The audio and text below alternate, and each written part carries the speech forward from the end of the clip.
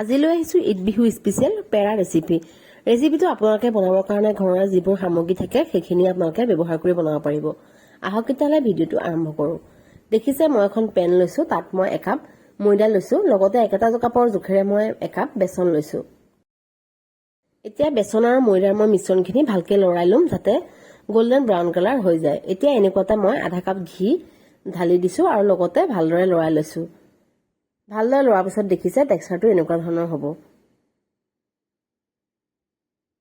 এতিয়া এইখিনি ভালকৈ মিক্স হোৱাৰ পাছত মই ইয়াত এড কৰিম গাখীৰ, যিটো আপোনালোকে আমুল তাজাও দিব পাৰে বা গৰু গাখীৰো দিব পাৰে। চাহৰ চামুচৰ ডাঙৰ চামুচখনি মই 1 চামুচ দিছোঁ। এইখিনি দিয়াৰ পাছত মই অকণমানো ৰৈ নাথাকি ভালদৰে লৰাই ল'লোঁ। দেখিছে টেক্সচাৰটো অলপমান ফুলি গৈছে বেচনখিনি, আৰু লগতে দেখিছে অলপমান যিটো লিকুইড আছিলে তাতকৈ অলপ ডাঠ হৈ গৈছে। এতিয়া ভালদৰে লৰাই 5-10 মিনিটমান এইখিনি সিজাৰ পাছত মই ঠাণ্ডা হ'বৰ কাৰণে ৰাখি দিম। এতিয়া ভালদৰে ঠাণ্ডা হৈ গৈছে যিহেতু, এতিয়া মই চেনি গুড়া লৈছোঁ আধা কাপতকৈ অলপমান বেছি। যিটো কাপেৰে মই ময়দা লৈছিলোঁ, ময়দা আৰু বেচনৰ জোখ কৰি সেইটো কাপৰে মই আধা কাপতকৈ অলপমান বেছি লৈছোঁ।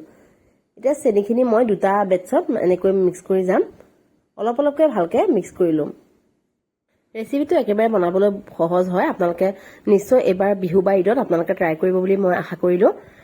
আৰু লগতে দেখিছে আপোনালোকে যিখিনি চেনি গুড়া মই দি গৈছোঁ গোটেইখিনি দিয়াৰ পাছত দেখিছে টেক্সচাৰটো অলপমান ড্ৰাই হৈ গৈ আছে।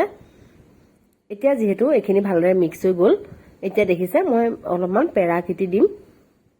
আপোনালোকে যদি অকণমান ঢিলা যেন পায় তেতিয়াহ'লে অলপমান পাউডাৰ গাখীৰ এড কৰিব পাৰে। মই নিদিয়াকৈ বনাইছোঁ, আপোনালোকেও পাৰিব। এতিয়া আপোনালোকে গাৰ্নিচিঙৰ কাৰণে যিকোনো ড্ৰাই ফ্ৰুটছ এড কৰিব পাৰে। মই অলপমান কাজু টুকুৰা কৰি দিছোঁ। আপোনালোকে ইয়াৰ ঠাইত পিস্তাও দিব পাৰে।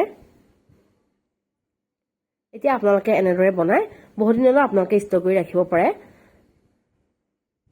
একেবাৰে সহজতে বনাব পৰা এইটো ৰেচিপি হয়। নিশ্চয় এবাৰ ট্ৰাই কৰি চাব। ভিডিঅ'টো কেনেকুৱা লাগিলে জনাবলৈ নাপাহৰিব। আকৌ এটা নতুন ভিডিঅ'ৰ সৈতে আপোনালোকক লগ পোৱাৰ আশাৰে আজিলৈ বাই।